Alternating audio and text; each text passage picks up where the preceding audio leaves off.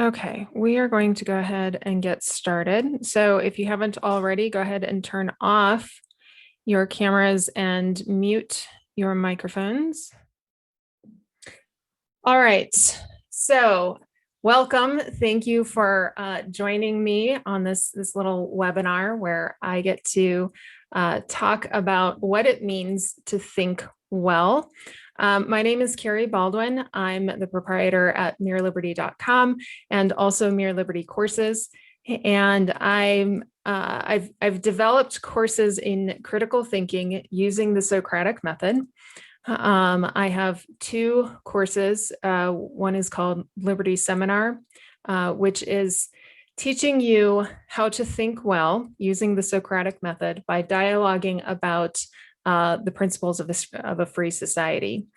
And then the other course that I've just launched a beta version for is called Guiding Critical Thought. And that is geared towards parents and teachers who want to learn how to use the Socratic method in homeschooling or in their classrooms or with their families. It's also great for anybody who may have a platform of their own where they want to teach ideas and help people to think better.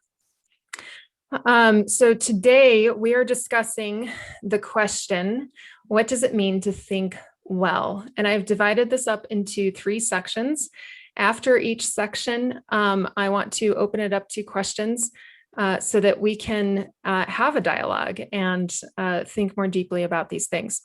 So the 3 sections are titled Perceptions of Critical Thinking, What Thinking Involves, and then how the Liberty Seminar specifically implements what's involved with thinking well.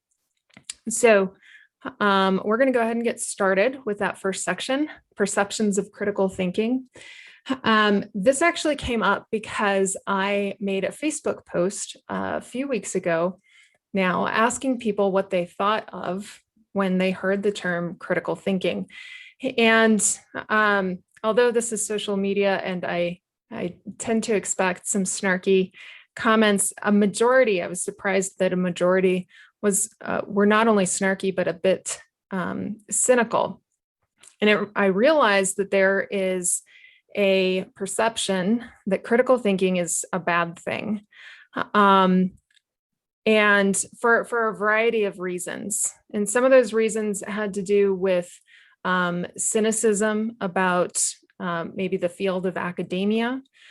It had to do with not trying to understand other people or trying to just win a debate, right? People tend to think that critical thinking is absent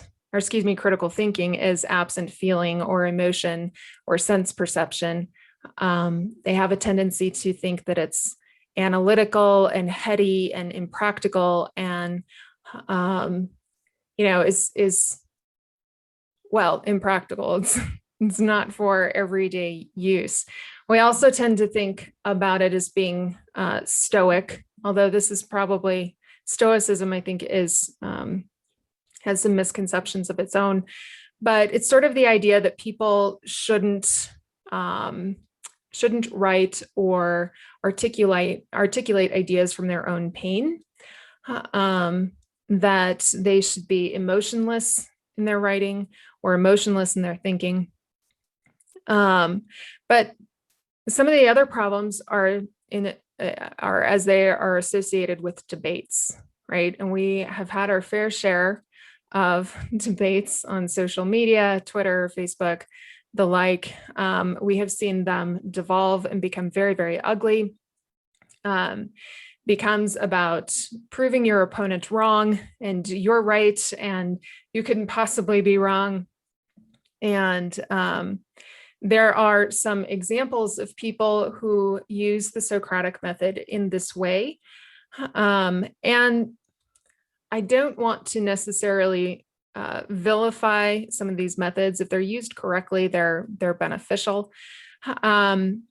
But there are examples of people like Jan Helfeld, which he uses the Socratic method to sort of, well, he uses it the way that Socrates was known for using it in the negative light, which was to sort of pin his opponents in a corner and show how foolish they are, how foolish and inconsistent their ideas are.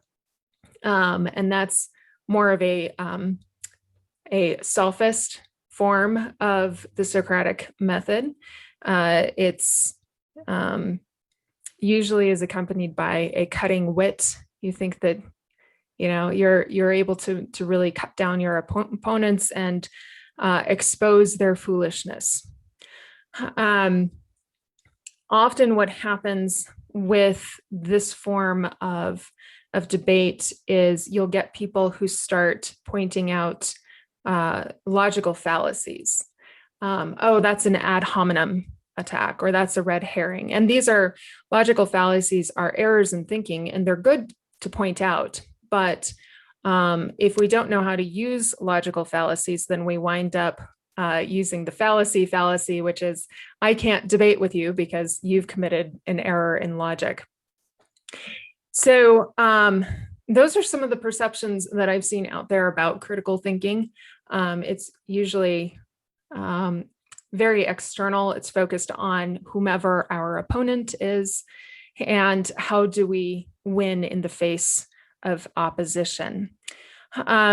So with that, I want to open it up to my audience here that's with me, and you guys can turn on your microphones. And if you have any questions or thoughts about what I've already discussed, please feel free to bring them up.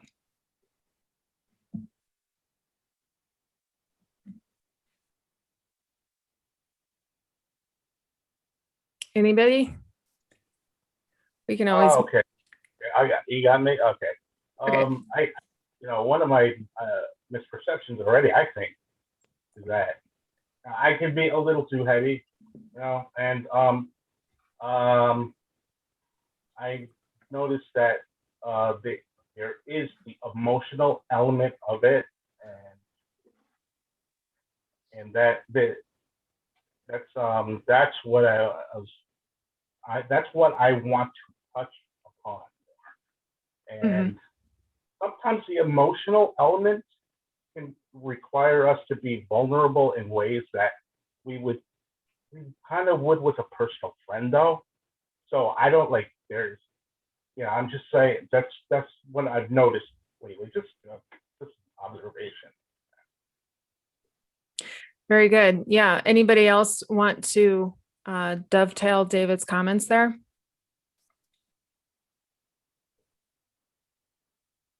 Why do you guys suppose thinking is associated with an absence of emotion?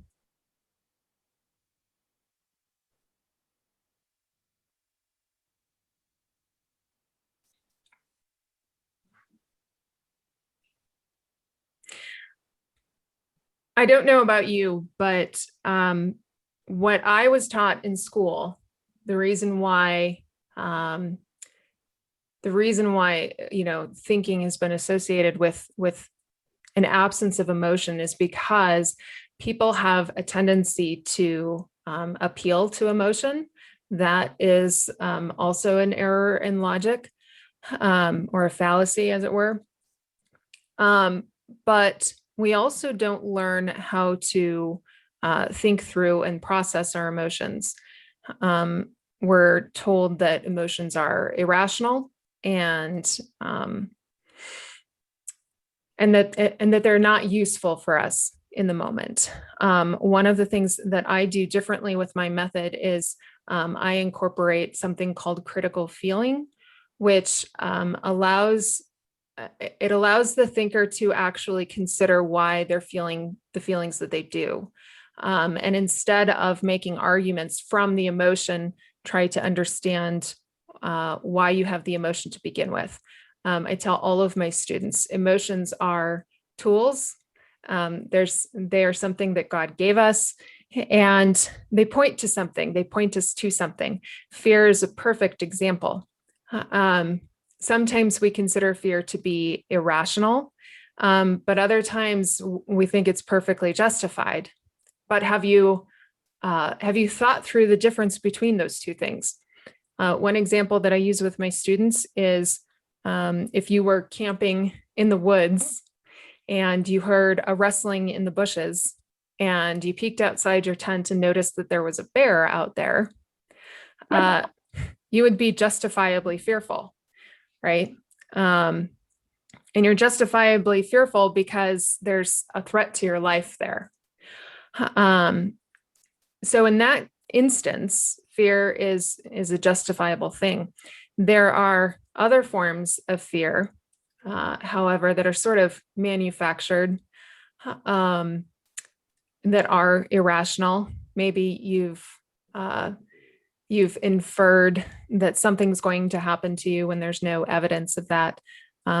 People who live with anxiety tend to do this, and I'm not trying to insult people who live with anxiety. I am one person who lives with anxiety, and so I've had to learn how to exercise this skill. But even when you're dealing with anxiety, the way that you ground yourself is by asking questions about what's going on around you and learning how to ground yourself. And so it's that exercise in critical thinking. Why am I feeling this way? Okay, let's move on to the second section and talk about what thinking well involves. And I've broken it down to 5 different things. First of all is asking questions. Second is giving answers. Third is reflecting on ideas and not people. Fourth is making mistakes. And 5 is self-evaluation. So let's start with asking questions. Asking questions is the heart of the Socratic method. This is what Socrates himself did. He'd go around the city of Athens asking people, what is wisdom? What is virtue? What makes you wise? And what's interesting about Socrates is that he would sometimes ask these questions of people who believed themselves to be wise, who believed themselves to be very smart. Oftentimes these were politicians. And in his asking questions, that person that he was asking questions of would often come to realize their own ignorance. But because it was in a situation that was maybe public or caught off guard, they would obviously feel humiliated. But Socrates also had a following of people, young people in Athens who thought he was rather brilliant. And these were people who already understood that they didn't have all the knowledge that they could possibly have.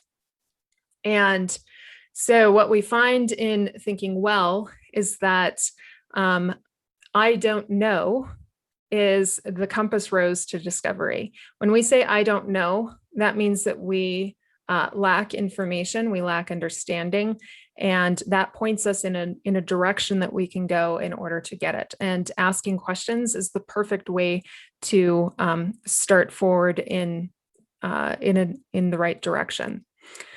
Number 2, giving answers. Giving answers involves, number 1, it involves you having to think about what the answer to the question is. But it engages your brain in a way that I call brain stretching. Maybe you hadn't thought a particular way before, and you're now having to do that. And it's just like it's just like anything with flexibility. You have people who get into gymnastics, for example, and they have to learn how to do the splits, but they don't know how to do it immediately. They're not that flexible. They have to work on stretching and being able to achieve that over time. Giving answers doesn't necessarily mean that you have to be right or correct in your answer. Because one of the things that we learn about the Socratic method is that it can be used to flesh out why wrong answers are wrong. And so part of being willing to provide answers is in not being afraid to be wrong. In fact, we're wrong more often than we're right. And so just that start right there, being able to ask questions, and learning to ask questions strategically, which is, what you do as you become a more practiced thinker, and then learning how to think through and provide answers, possible answers that we then flesh out with more questions and more dialogue. And those are two parts of thinking well. And again, making mistakes is part of that, right? Being wrong is part of that. Our schools tend to discourage mistakes. And we know it's discouraged because if you were to take a test and make a mistake, then you get a big red X. And you might even, if you get enough questions wrong, you might even get a big fat F and told, nope, this is a failure. And so we tend to think that sort of discouragement motivates students to try to learn better. But if we don't understand what it is that we're doing when we're learning, which is thinking through and trying to discover truths about the world, if we don't understand that, if it's all about memorizing, then that sort of leaves us stuck, right? And oftentimes what you end up getting with people who don't take tests well, that's not really a measure of their thinking ability. It's not a measure of their character. It's not a measure of their effort. It's only a snapshot of their memory recall. One thing I point out to my students is I ask them, how much do you remember from, if I'm talking to my adult students, how much do you remember from high school? And they'll point out that they don't remember a whole heck of a lot. And I'll ask, how many of you studied and crammed for a test so that you could pass the test, and then did a memory dump afterwards because now you don't have to worry about the test. So that's typically what happens. And it leads to a lack of understanding. You don't genuinely learn that information when that happens. So being free to make mistakes and work through those mistakes and why they're mistakes and what the corrections are is a necessary part of thinking well. Like I said, I don't know is the compass rose of discovery. We again are taught in schools that I don't know is a bad thing, but I don't. It's almost treated like it's the end point and you have to start over, right? I treat it as that's the beginning and you can start something new. One of the things that I also talk about are the differences between enlightenment and information gathering. So we gather information just by gathering facts about the world. And that's good and necessary. We need facts about the world. But enlightenment is understanding the import of those facts. So if I were to ask you guys, for example, what color is the grass? You guys would answer the grass is green. And that's a fact about the world. But if I were to ask you, why is the grass green? Well, that opens up a whole new world of possibilities. You might explain to me, the science behind chlorophyll and, how that turns plants green. You might give me an explanation of color theory and how green interacts with the other colors around, that sort of thing. So that's how, or that's the difference between being informed and being enlightened. Knowing the fact that Hitler killed millions of Jews in Nazi Germany is different from understanding how the or what events and how the Third Reich actually came to power. That is enlightenment, is understanding that. And then finally, self-evaluation. So again, I mentioned tests only measure memory recall. It does not We're only measuring, when you take a test, we're only measuring whether or not you obtained the facts and information that were intended for you to obtain.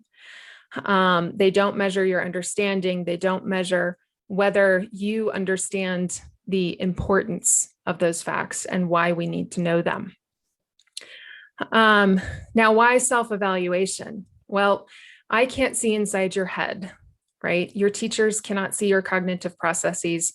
And the way everybody thinks, there might be common patterns, but the way you arrive at the truth of a matter or the import of facts might be different, or is most likely different than the way one of your peers does.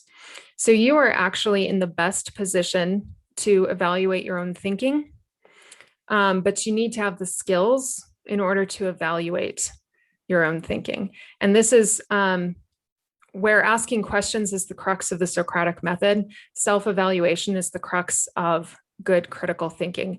It's actually about, critical thinking is not about winning an argument with your opponent and showing them to be foolish. It's about evaluating the way you are thinking about the world and improving upon it.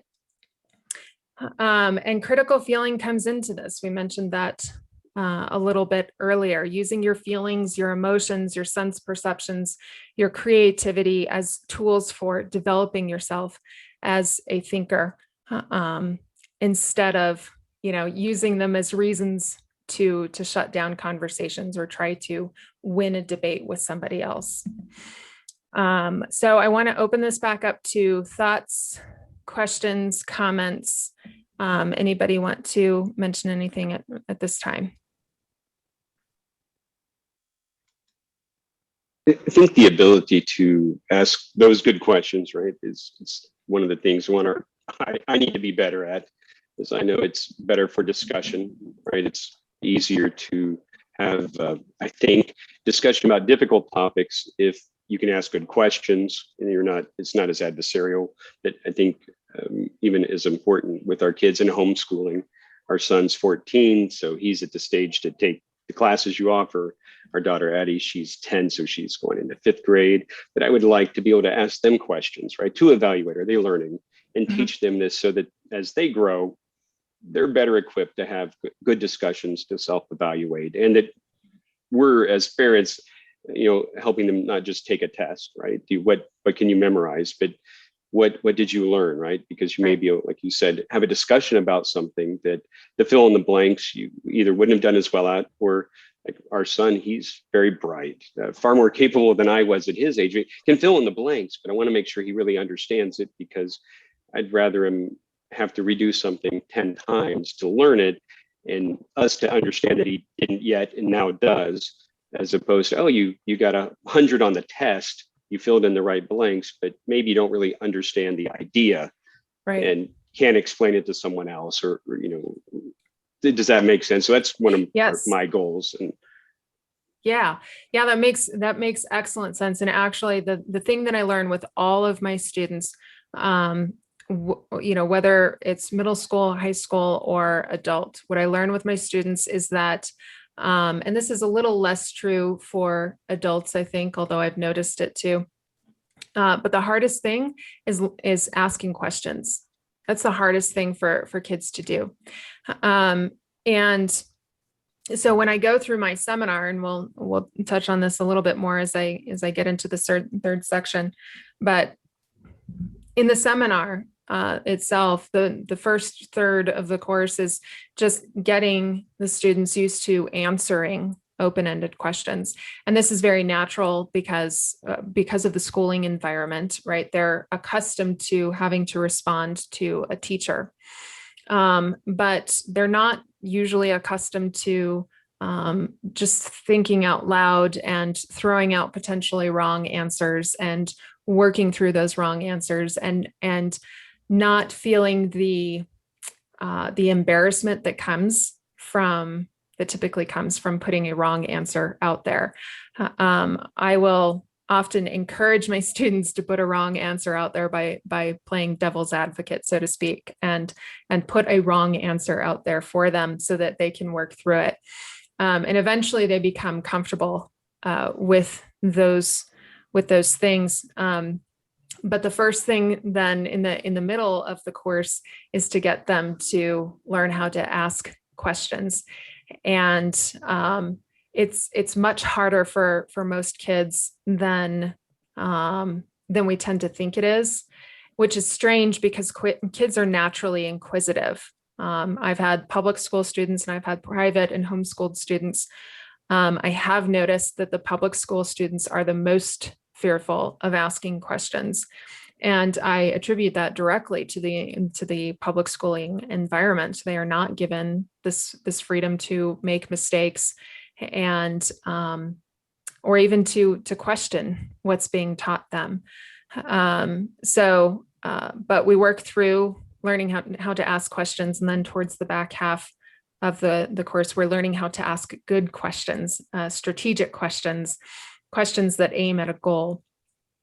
Any other thoughts, questions, comments before we move on to the final section? Yeah, I wanted to, can you hear me? Yes. Yeah, go ahead, John. Oh, yeah, when I saw your, you said critical thinking, and then you would describe what it meant to you, I go, that's exactly what I'm looking for. And then I found a couple of other critical thinking classes online on YouTube. And what they were talking about was about deduction and philosophy and logical reasoning. And I'm like, no, we're using a different word here. Yeah. And I like what you said about thinking well. That to me, your class saying this is a class about thinking well, and then your byline that go down below that. Oh, okay, this is thinking well. I have a friend who would, I get a lot of what you said about asking good questions, giving answers, self-evaluation. He's not offering a class, but I do like talking with him. Yeah. And we sharpen each other. I like that a lot. Yeah. And I don't know if you had said this, but I think I heard this regarding Socrates. There's three ways of thinking. I know, I don't know. And the third one, which I like, is I know that I don't know. Exactly. And I would say part of my life, I was clueless. And then a part of my life, I know. And that's it's an awful place to be. And now I don't know a lot. I don't know. Yeah, it's interesting. There's something called the Dunning-Kruger Effect, which they found that the less you know, the less knowledge you actually have, the more confident you are in your thinking skills. But as you grow in knowledge, as you learn to think through things about the world, and you grow in your knowledge, the more you realize you don't know.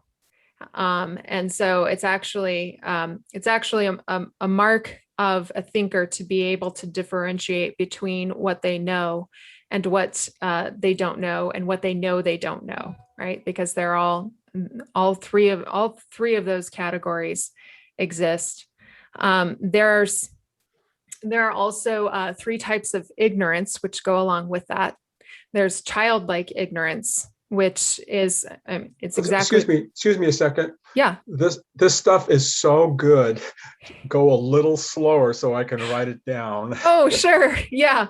And just remember, this will be recorded if you want to come back and take a look at it. But yeah, there's three different types of ignorance. There's childlike ignorance. There's sophomoric ignorance, and there's what I call Socratic ignorance. So childlike ignorance is just like what it sounds like. And, children don't even know that they don't know, and they don't have the tools to obtain knowledge. A lot of their exploration of the world is very instinctual. Kids, especially very young kids, babies, learn just by putting things in their mouth. But that's all instinct. They're not, they're not thinking through that. They're not evaluating or asking questions. But they do learn about the world that way. But they don't have an awareness for their thinking either. And that's something that develops over time as they grow and mature, and their their brain and cognitive processes develop. And then you have sophomoric ignorance. Sophomore, I don't know if you guys realize this. Sophomore is my high school teacher said it's short for sophisticated moron. And if you'll notice that in high school and in college, the second year is called the sophomore year. And the reason why it's called the sophomore year is because of that Dunning-Kruger effect. They've gone through freshman year of high school or college. They think that they've got enough information to know everything about the world. And so they tend to inflate their actual thinking skills and their actual knowledge. And that can be a problem because it can get in the way of things like self-evaluation and being willing to make mistakes and being comfortable with other people making mistakes and working through those mistakes and such. And then you have Socratic ignorance, which is where even if you have knowledge, you sort of put yourself in the position of not having knowledge, not understanding something so that you can learn something new, right? That's setting you back and saying, okay, maybe I'm missing something. Let me start asking some questions. So Socratic ignorance is intentionally putting yourself in that place of not knowing for the purpose of learning and discovering something new. Anything else? That sounds a little bit like humility.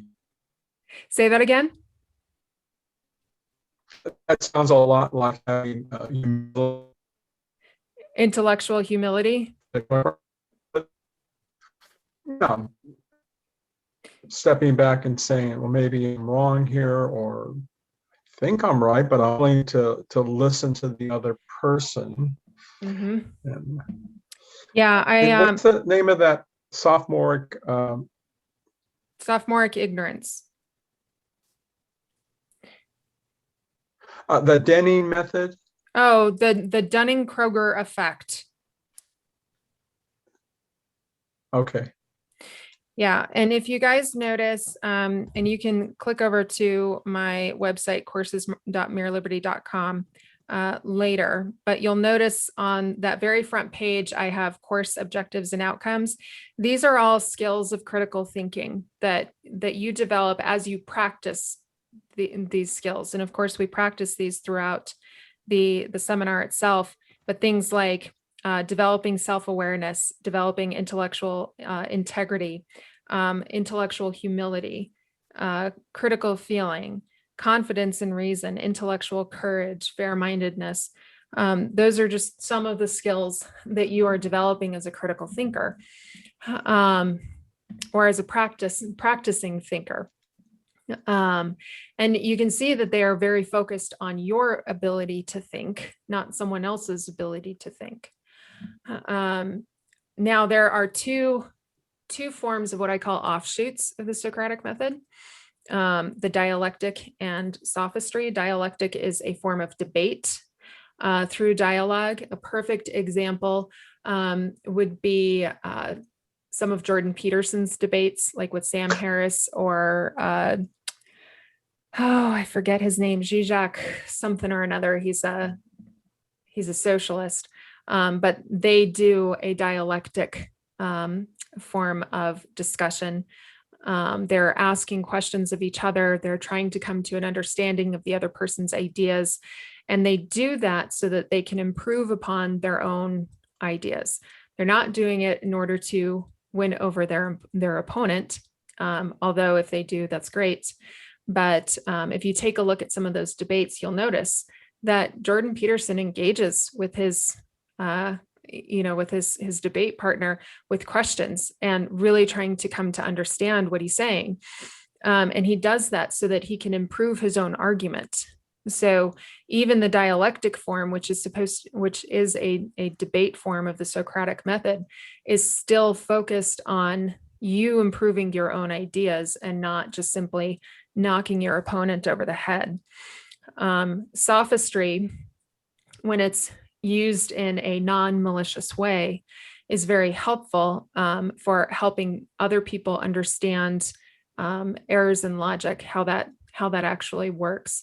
when you're motivated to improve other people's thinking by having studied logical fallacies, informal logic, that becomes a very valuable tool and you become a very valuable teacher. There's a book called Attacking Faulty Reasoning by T. Edward Damer, D-A-M-E-R. And he talks about logical fallacies from the perspective of having an ethical code of conduct when you have your discussions.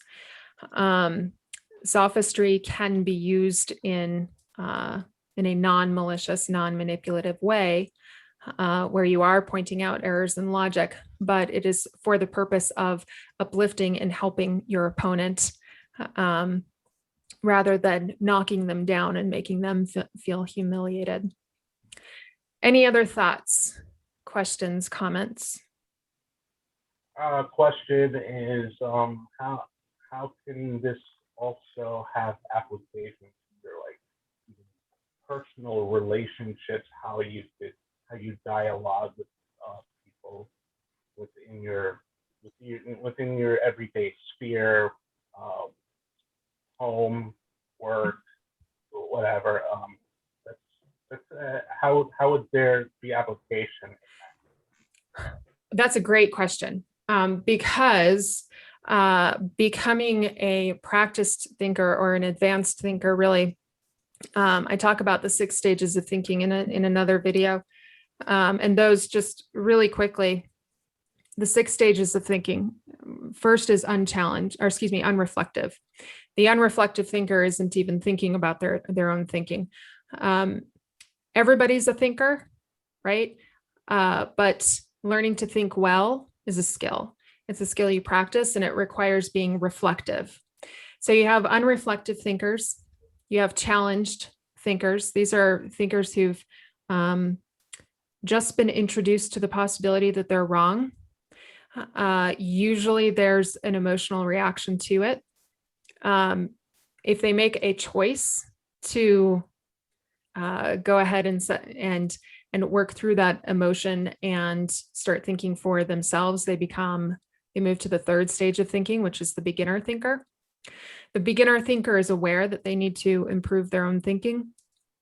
And then you have the practicing thinker. The practicing thinker has learned that these are skills that need to be practiced. They've started implementing things, strategies for practice. They're not doing it on a consistent basis, though. And usually it's still tied to school of some type, taking a course or whatnot, learning something new. The advanced thinker is somebody who's taken these skills and has applied it to life. So, thinking through what house you're going to buy, thinking through what job you're going to take, thinking through whether or not you should, date a certain person, those sorts of things. This comes in absolutely applicable to every single aspect of life, and not just the educational, intellectual part of it, because we make decisions about everything, right? We're constantly making decisions, which means that we need to think before we make those decisions. We have to make risk assessments. We have to decide pros and cons and things like that. So this is very much applicable to every other part of life. And then there's the accomplished thinker. That's the final stage. The accomplished thinker. Most people don't reach the accomplished thinker stage. You can think of big thinkers like maybe C.S. Lewis or Tolkien, or some of the philosophers out there. Those are thinkers where everything is really very intuitive, second nature. They don't have to really have strategies for self-improvement, because they're just constantly improving on their own thinking. It comes much more natural to them. This whole process, though, of graduating to different stages of thinking is a process, and it takes practice and it takes effort. If you stop practicing, then you fall out of practice of it, and you can go back to some of those earlier stages. All right, let's move on to the final section. I'm going to talk about the Liberty Seminar and how I actually implement these things in it. Number one, we have to have something to discuss. We have to have something to talk about. So for the middle school, we use the Tuttle Twins series of books. If you're not familiar with them, I actually have a copy of one of them right here. I don't know if my camera will pick it up. This, all of these books are based on real books. This particular one that I'm holding is based on a book called Anatomy of the State by Murray Rothbard. But for the middle schoolers, we go through and we read the Tuttle Twins series, one book a week. And we use that as a discussion point. For high schoolers, we go through sections of Robert Murphy's textbook, Lessons for the Young Economist. We do not get to go through the whole textbook. It's too dense for our seminars, but we do really think through a lot of the concepts. And these are great for getting high schoolers prepared for going out and living life, and having those skills necessary for getting a job, and being able to manage their time and things like that. They learn about money, they learn about profit, they learn about supply and demand, but they also learn about very basic things like, what do you need to survive? Let's think through that first. And then the adult seminar, we go through Murray Rothbard's For a New Liberty. This is a great sort of introduction to specifically libertarian thought, but what he's addressing and what we go through are really sorting through questions like, what is the role and purpose of government? What are taxes? What's inflation? That's the discussion we had today, was discussing inflation. And those sorts of things. So all of my students, again, are welcome to disagree or offer up contrary solutions, answers, and we flesh those out. We work through them. Now, students do learn the skills of critical thinking by using the Socratic method, which is question and answer, through discussions of principles of a free society. This isn't a learning how to think hack, right? This isn't just quick tips on what to do. Hacks are very useful heuristics in certain contexts. Heuristics are shortcuts in thinking, and sometimes those are very good and necessary for us to do. This is experiential learning, right? Students are really having to think through these things. I give them the opportunity to pause and reflect. Nobody's in a rush to get them to learn particular concepts. We talk things through as the students are directed themselves. Then we also we reflect on ideas and not people. This is very, very important. We of course talk about the people who articulated these ideas. We'll talk about who Murray Rothbard is, for example. We've talked about Frederic Bastiat. We've talked about Henry Hazlitt, but the focus of the discussion are on the ideas, so that if we have disagreements with Rothbard or Bastiat or Hazlitt or anybody else, we're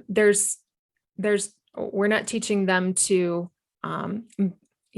verbally or intellectually beat up that person. We're saying, this is an interesting idea.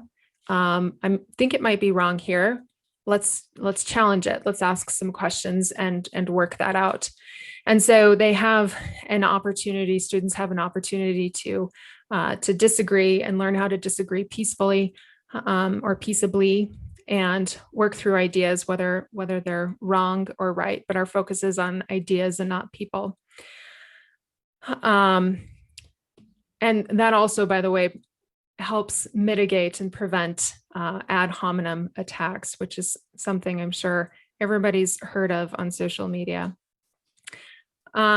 It is, again, a safe place to make mistakes. I encourage my students to spit out ideas, even if they think that they're wrong, so that we can work through them. That Socratic Q&A allows us to ask questions and provide answers and start thinking through some of those ideas, even if we're afraid that they're wrong. And believe it or not, sometimes, many times, students, especially the younger students, middle school and high schoolers, will spit something out thinking that it's a wrong idea and it's actually they're on the right track. I'm always pleasantly surprised by my younger students. I have found that younger students are more brilliant thinkers than we tend to give them credit for. And so I like making a place where they feel free to actually work through their ideas. And then finally, with self-evaluation, what I use are worksheets with some self-evaluation questions on them that allow them to go through and evaluate their thinking on their own time. So they're not being put to the test with me, or in front of their peers. They're allowed to go through this perhaps with their parents to really reflect and think about those things and then write their thoughts down. And that's essentially it. It's 15 weeks. The Liberty Seminar is 15 weeks. I have a summer course that's going to be starting on May 3rd. And there's one lesson per week, and then we have a discussion at the end of the week, either Friday or Saturday, depending on what class you sign up for. But let me open it back up to questions, comments, thoughts, anything anybody wants to talk about. What are the dates for the upcoming seminar and also for the summer seminar? Yeah, so the summer seminar is the upcoming seminar. So registration closes April 19th and the classes start May 3rd. And all of your lessons are given to you through email. And then we have the Zoom call at the end of the week. Good, thank you. Mm-hmm. What else? What other questions do you guys have?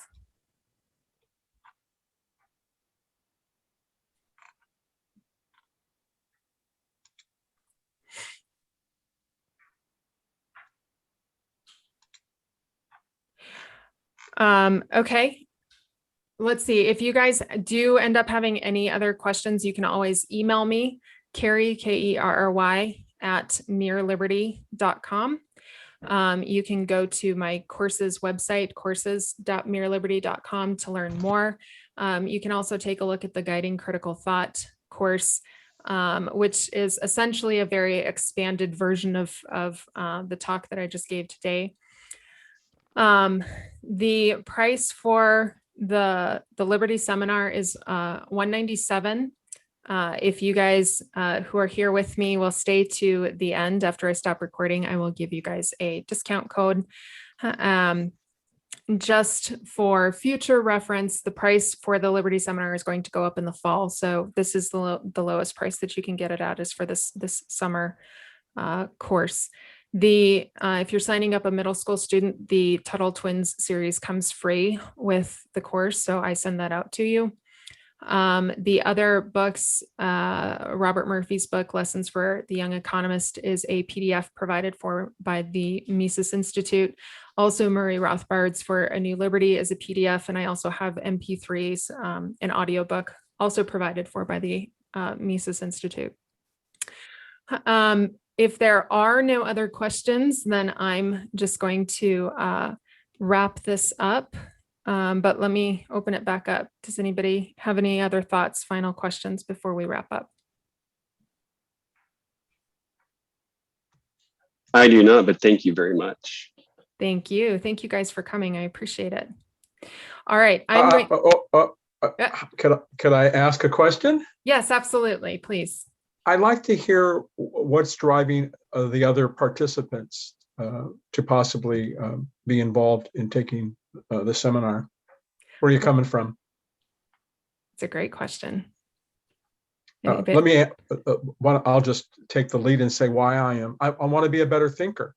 A lot of what you're talking about, I wish someone had told me this when I was a young adult, when I was sophomoric, when I thought I knew. The worst place, a good place to be is I don't know. No, that's a good place to start. But when you're at that I know, whoa, that's a terrible place. So I'd like to hear, if the others don't mind, I'd like to know where you're coming from. I'll speak to that one. All right. I want to learn myself to be more of a holistic thinker. This one thing I really appreciate about this seminar so far, and Carrie's work, is that she seems to be a more holistic thinker, whereas it's with most people it's very heady, and I really, her method so far, from the little that I've come to encounter, has really impacted me in a lot of positive ways. And I could elaborate for like a long time. There's not enough time for that. Sure. Thank you.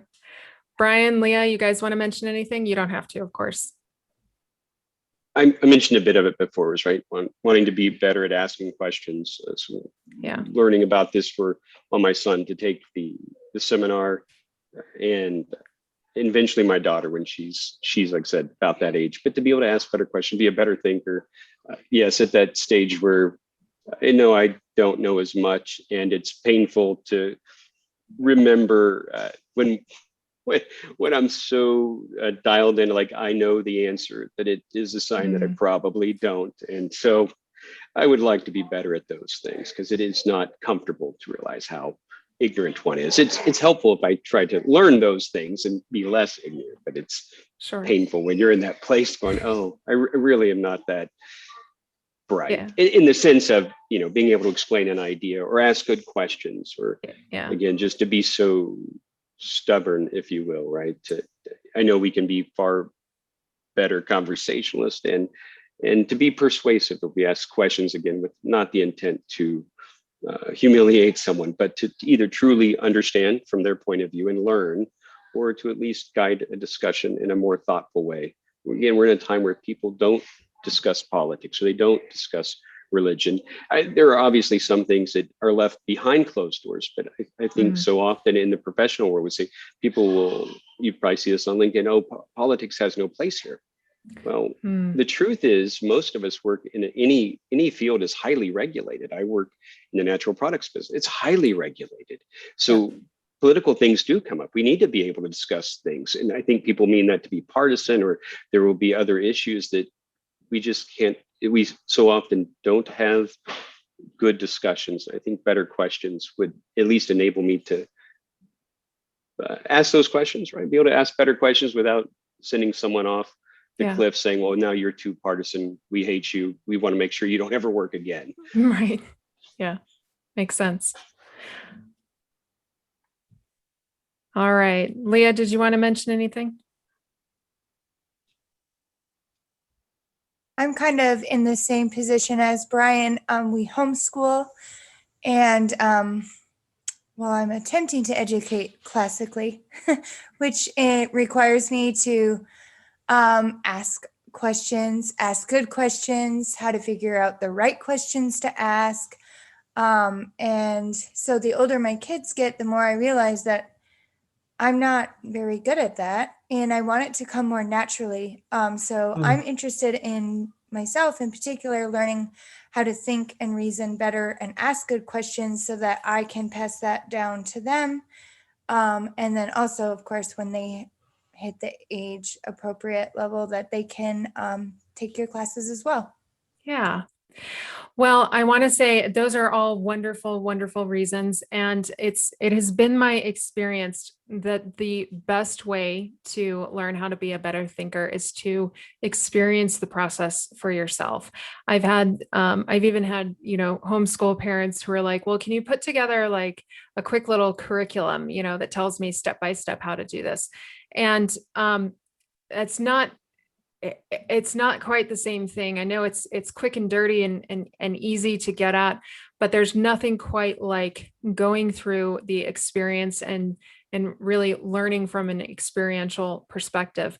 When you do that, then you have such a better understanding, definitely holistic. I love that that David describes my method as holistic. I describe it as holistic. I think incorporating processing through emotions is very, very important, especially for kids. So yeah, I'm very excited. I have tons of fun with my students of all ages when we do this. And so I look forward to seeing you guys in the course. So stick around and I will give you guys a discount code. And for anybody else watching this after it's been recorded and published, you can visit my website, courses.mereliberty.com.